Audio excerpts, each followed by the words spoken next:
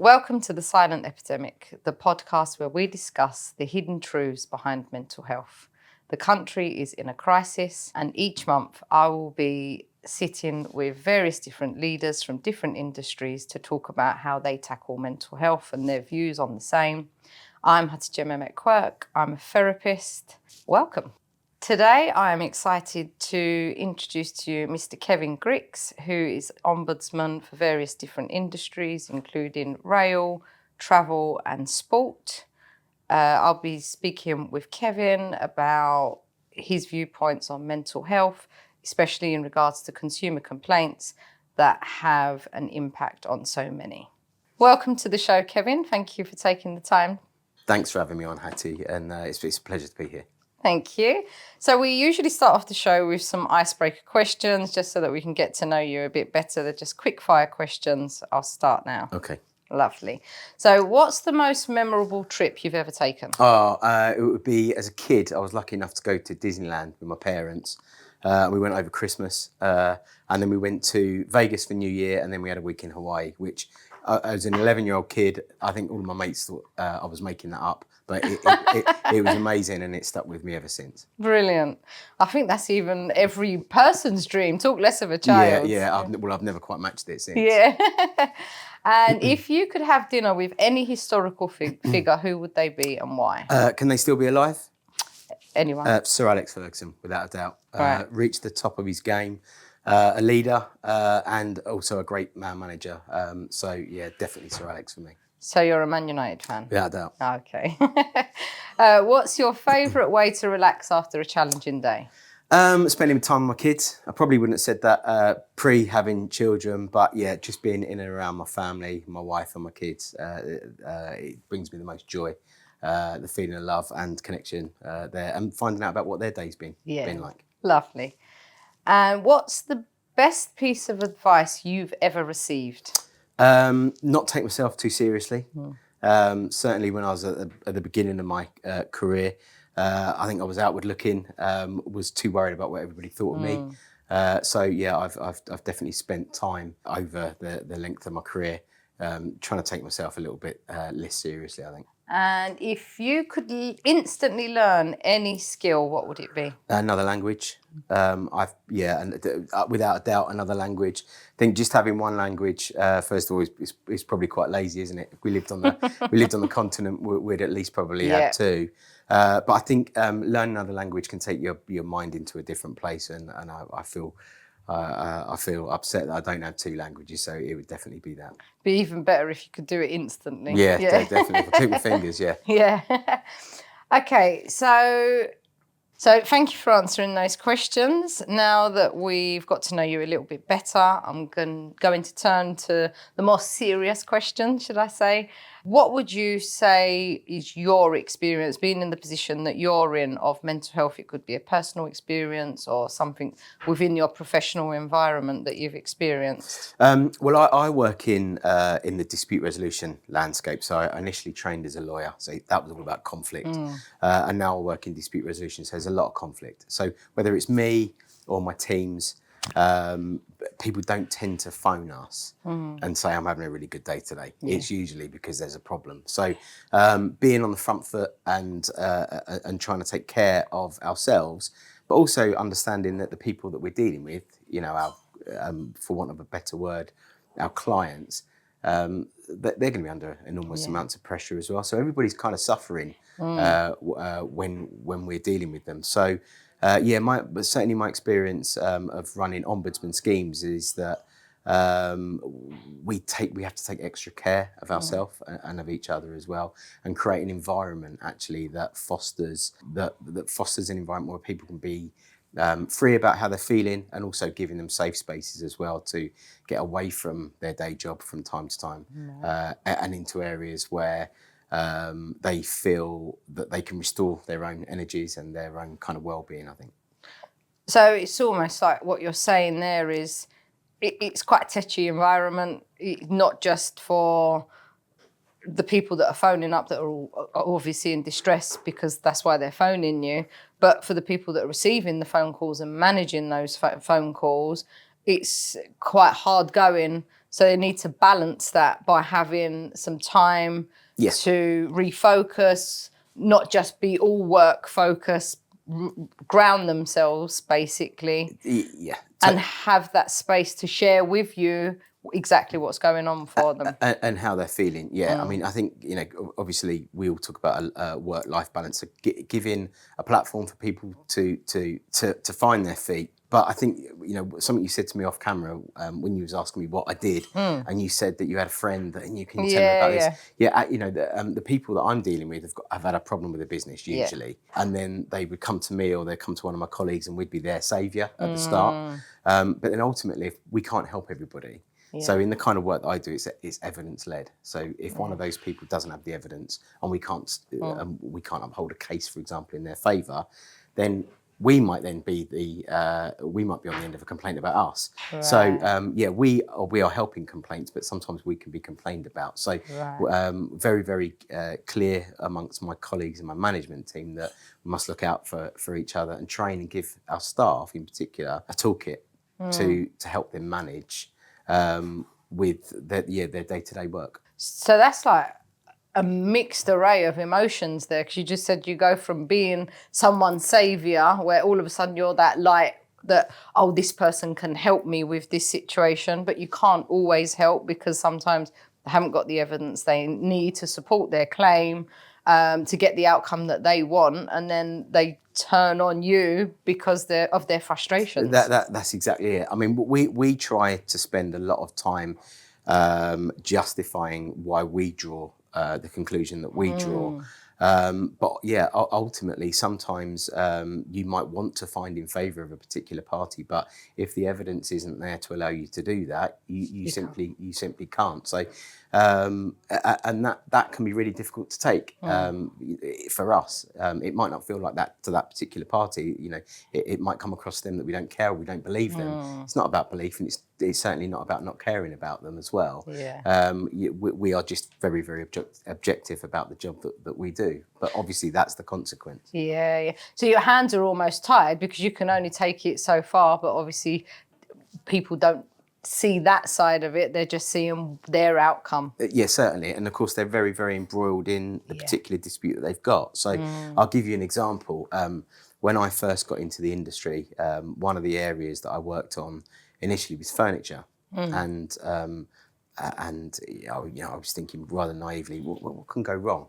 You know, what can go wrong with a sofa, or what can go wrong with a bed? A bed's a really good example. So somebody's bought a bed, and bed doesn't perform in the way that it should. So that person's not sleeping at night either. Yeah. So, you know, they come down in the morning, they they haven't slept well, they're grumpy, they're sad about the purchase. They've gone through the process with the business hasn't put it right for them, and then they're with us. So there's lots and lots of emotions. Yeah. You know, you might just think it's just a bed, get over it. But for that individual, it's absolutely not. It can be completely overwhelming. And I've seen it. So yeah. And that's almost like a knock-on effect to all aspects of their life, because as you've said, if they're not sleeping, they're going to be even more frustrated. And it's not just going to be about the bed that they're frustrated throughout the day for weeks and weeks on end because they're not getting the sleep that they need. And it's a big ticket purchase, isn't it? Furniture is a big ticket purchase. We're in the middle of a cost of living crisis. People are spending a lot of money on this stuff. Yeah. They're doing without a holiday. Instead, they're going with a sofa, come downstairs in the morning. First thing they see is this sofa, which has gone wrong. So it can be absolutely overwhelming. And people generally don't like to feel like they're being wronged. Yeah. That can really, really absorb people and really take up a lot of energy and a lot of their emotions. So we never take that side of the work for granted. Because that's the sense that I got. It's almost, obviously you've got a process, the companies have got a process, the client's done the purchase, but it's that unjustness of it all, isn't it? And that feeling of things not being just can really put people in a bad way. Yeah, people don't like to feel like they've been treated unfairly, and they don't like to feel that they've been treated differently to another customer. Yeah. Everybody knows this saying, don't they? The customer's always right. If a business tells a customer actually that you're not right, they don't like that. Yeah. And I totally understand that. Yeah. Over the years, what changes have you noticed with mental health in the various different industries that you've worked in? I think obviously people are much more overtly aware of mental health, which is really, I find really interesting, because as more awareness of mental health seems to have resonated amongst all of us, there also doesn't appear to have never been a time, or sorry, there's never been a time where more mental health support has been available as well. So these two things seem to have come at the same time. I certainly think that, I think particularly of men of my age, it's much more, it's okay now to talk about your mental health. Whereas certainly when I was a kid, moving into my teens and my kind of early 20s, nobody spoke about mental health. And I certainly never had a conversation about mental health with my brother or my sister or my parents. It just it was never discussed.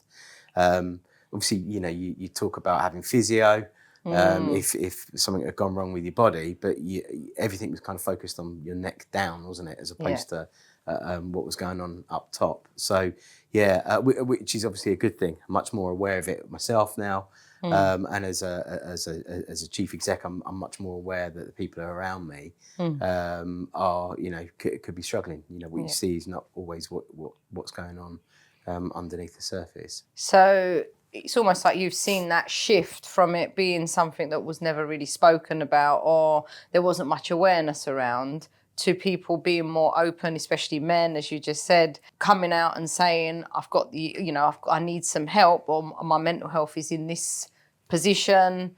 But also you've noticed that the amount of support available, it has also increased as well. Yeah. I mean, nobody's perfect, are they? But certainly one of the first things I think about now, if I'm dealing with a difficult situation or somebody that I'm working with, if that conversation is not going well, or if the relationship's not great, I now think, I wonder what they're going through. Whereas 20 years ago, I probably wouldn't have cared what they were going through, or at least wouldn't have even thought about it. But now it's certainly at the forefront of my mind. And as somebody that runs a company as well, it's I'm consciously testing our HR team, who are brilliant, by the way, around have we got enough tools in place to help our staff, for example, and at a friendship level, I'm much more likely these days to ask one of my mates, how are you doing, and is everything all right? Whereas I don't think I would have done that when I was 25. So is it almost like the conversation has become more meaningful and in depth, as opposed to that superficial conversation of, oh, hi, how you doing, and not really expecting the full answer? Just actually now you are expecting that full answer. Yeah, well, I think hi, how you doing? But you don't listen to the answer, do you? But now I think you're actually more attuned to listen to that answer. And that's been a big change. Certainly for me, and amongst my friendship group. I don't think there's a stigma involved, or maybe not as much as a stigma involved in mental health, or actually saying to someone, no, I'm not really having a very good day. I feel really, really low at the moment. Yeah. You said something earlier about, if you've got a physical problem, you'll go to physio, for example. And this is something I always say. People, they go, especially ladies, go and have their hair done. They go and do their nails. But a lot of people do forget that our mental health does need taking care of and looking after. There's no doubt. I mean, what goes on in here controls what happens in your body. So if you see somebody fall over, you feel it, don't you? You feel that. And that's not, your body doesn't see that. It's these have seen that accident, and it's your brain has computed that, and he sent a message to your body. So, and it's the impact stress. That's enough to tell you that stress and what you see and what you feel and what you experience with your brain is enough to send shock waves through your body, like genuinely physically shock waves. So absolutely. I think there's much more of a focus now, or there should be much more of a focus on taking care of what goes on upstairs, as well as downstairs. And I'm not so good at doing either, but I'm much more aware of that now. So what strategies have you employed regarding mental health, and how do you feel that they've impacted your business? Certainly over the last few years, we've put things in place for our staff. I'm not saying we're perfect, but we're working at it. We've now got an employee assistance program, so that staff can phone up and get counselling if they need it, can get GP appointments if they need it. And we invested in a really great health insurance policy as well, which provides medical history disregarded. So know that when people join you, sometimes they carry with them some problems that they've had previously, whether that is physical or mental.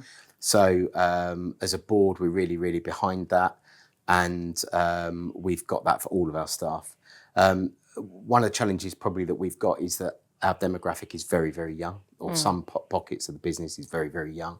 So sometimes staff don't always see medical insurances as a big thing for them, because they're young and they really are on the front foot. But nobody knows when you're going to become vulnerable. Nobody knows when the wheels are going to fall off. So we want a big safety net there for our staff, because if something does happen, whether it's a mental health or physical health, we want to catch that and we want to help that person and get back into work as quickly as they can, put them back on their feet. So we've really, really gone big for that.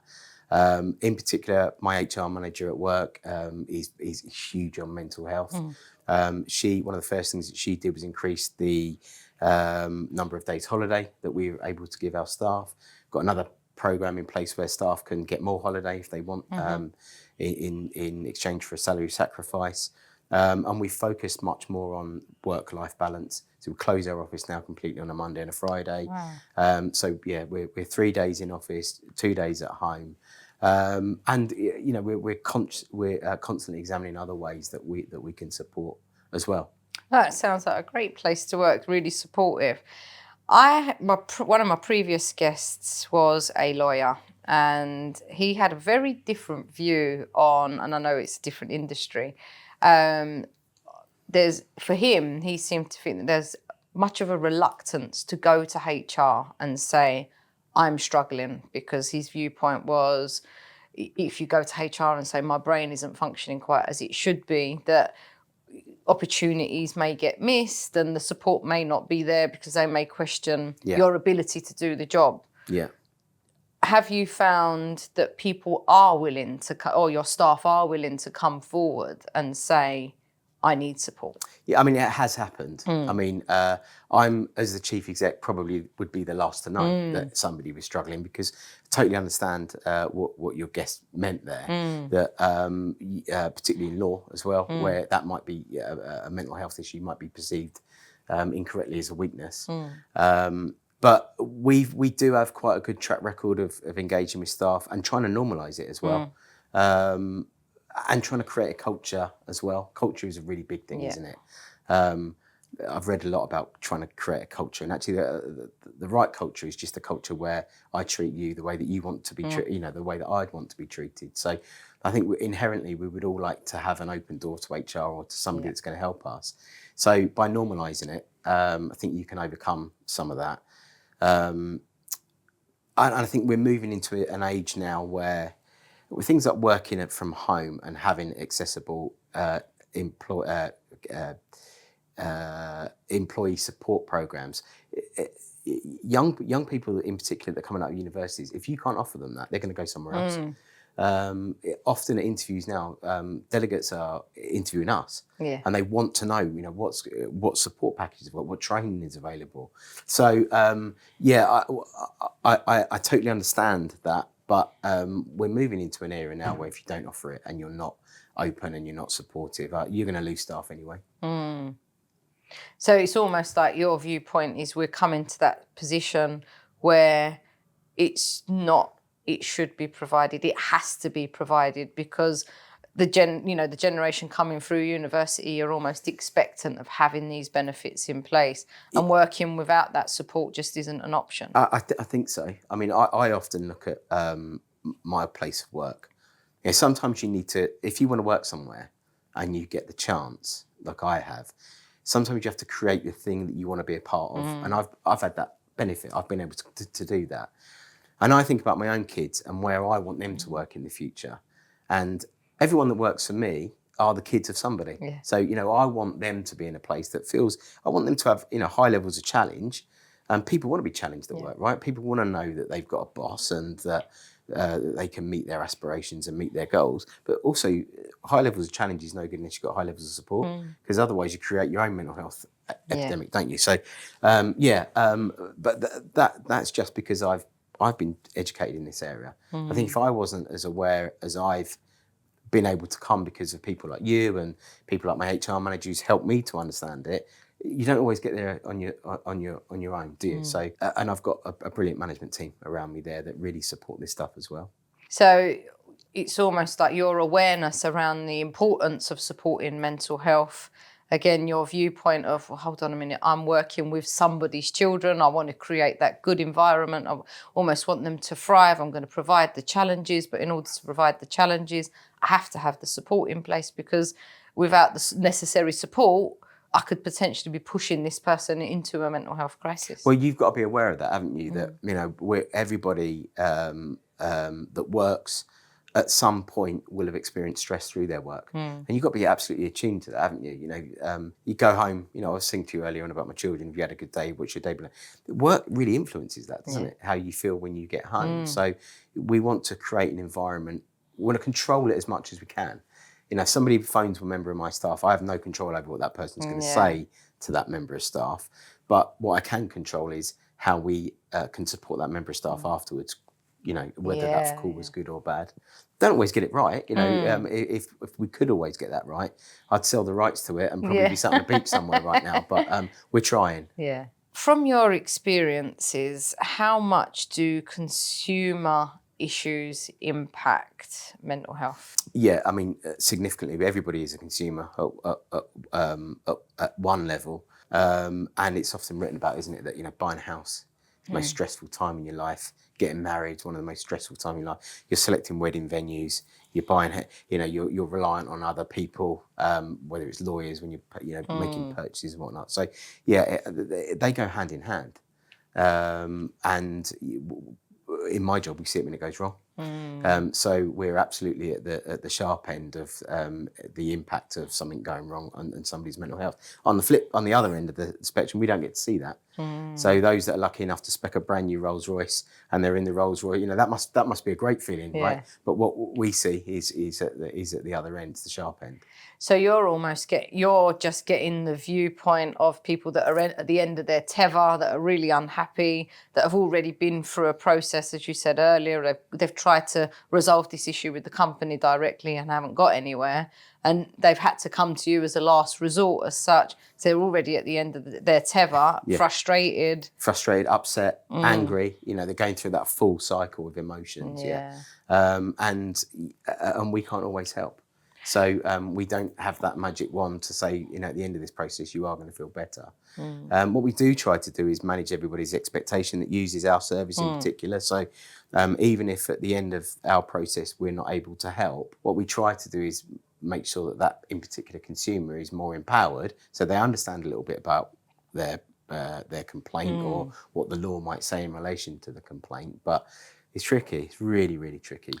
So it's almost like you sort of take them when they're at their end of their tether and you try and reground them by saying, right, factually, you know, this is how we can handle this, manage their expectations, to let them know how the land lies as such, to almost give them the real position of where they stand. So exactly that, so that they know where they stand. But we're not counsellors.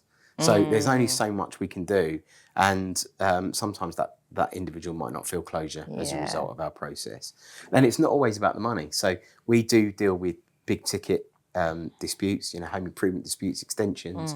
But at the other end of the scale, it might be a train ticket, you know, it might be a couple of quid. But at that point, it's a matter of principle. It is purely that I've been wronged, not that I've been wronged and lost a lot of money. So the emotions that go into a dispute are very, very broad and very varied. In football, I deal with a lot of football bans, and that's like a loss of liberty. So you're a member of you're a season ticket holder for a football club, you've been going there 30 years, club have reason to believe that you've committed an offence, for example, or you've breached Right. their terms and conditions, the club are now saying you can't come here anymore. Wow. So that's very different to having a dispute around a product that you bought. This club is now saying, no, you used to come here with your granddad or your dad 20 years, you're not here anymore. So again, it's still a dispute, but the level of anguish or the emotion that's attached to it is very different. That's a lifestyle choice, isn't Totally. it? And Yeah. that person, that choice has been taken away from them. Well, I mean, ultimately, the club would say, well, you've acted in a certain way, and therefore, you know, the choice has been taken away because of your actions. But you're right. On a match day, it might be that individual has met his mates every Saturday morning in the pub and they have a couple of beers and they go to the game together and they go for a curry in the evening. That's gone now. You know, that whole lifestyle, big part of their life every 2 weeks at a home game is gone. So yeah, it's and that can be a really difficult thing for somebody to get over, because they've also got a lot of regret about what they may have done as well. You know, they might really, really regret that behaviour. Can't turn the clock back. You know, and now they're facing into a consequence. So that's a really fascinating part of my work. So how do you manage that? Because from what you've just said there, you've got lifestyle, you know, impacts on lifestyle choices. You've got people that have home renovations, which is a big issue. And then you've got people that are, you know, disgruntled about a rail ticket. Yeah. How do you manage to maintain that same level of empathy in all of those different scenarios? Yeah, and that's the word that I was going for, is empathy. I think you always must remain empathetic. Again, something could be going on in the background with these people, couldn't it? But ultimately, it's my job to remain objective and to follow that evidence. But, you know, you can do that in such a way that you dispense your decisions in a way that's not, that you dispense your decisions in a way that is empathetic. So, you know, it's important, I think, sometimes to express that you understand the situation that they are in, but on this occasion, I'm not going to find in favour of you because of this. How do you switch off from that and not take it home? And that's a really great question, and I don't know, because I don't really. Right. That's probably the big part of my life that I've never really found the key to turn off, and some of that might be that you know, we've spoken before about home working. Throughout my career, because of my job, I've done a lot of home working. And pre-pandemic, some of my management team used to criticise me because I never used to be a fan of it. Because I always used to say, look, if you're dealing with disputes, dealing with conflict, I want our staff to be able to go out of our front door, shut that door, go home, and that's their safe space. And of course, what happens now with home working is that my staff are dealing with calls at home in their safe space from somebody that doesn't really want to talk to them, or, you know, it's conflict. So it's something that I'm trying to get on top of to make sure that you know, that we've got a lid on that. But yeah, I don't really have an off switch, so I can't give you a perfect answer to that one. Yeah, because it must be difficult. You know, you've got people that are impacted, having massive impacts on their life. Yeah, I mean, you've got massive from a casework point of view. People that are using my service, I'm acutely aware that it's impacting their life.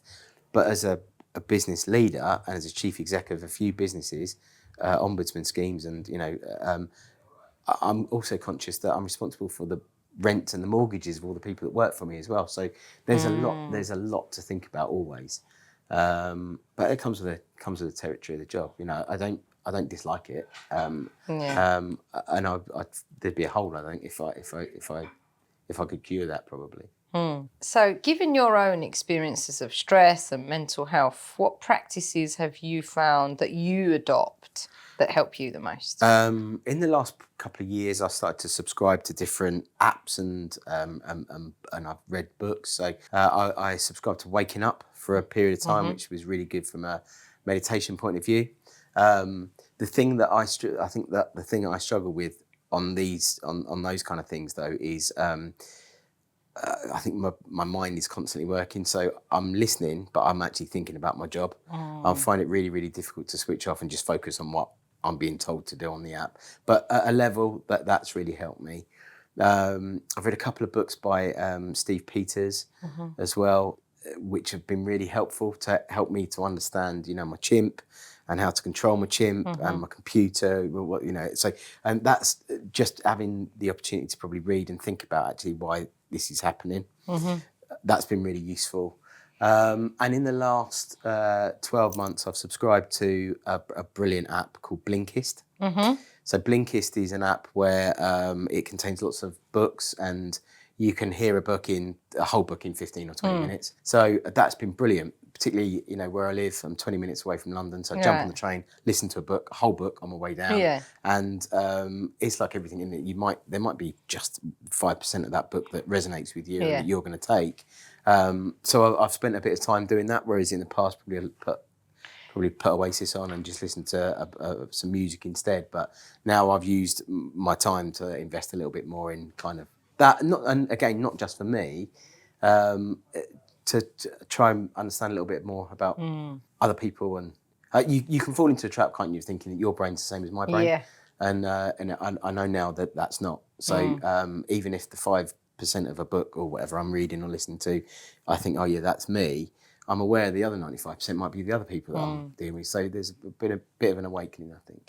So it helps you to almost consider different perspectives that you wouldn't necessarily consider without that insight, because, as you say, we're all different, we think differently, and it's giving you that opportunity to see things from how perhaps maybe a colleague or even a client may see things. Definitely, yeah.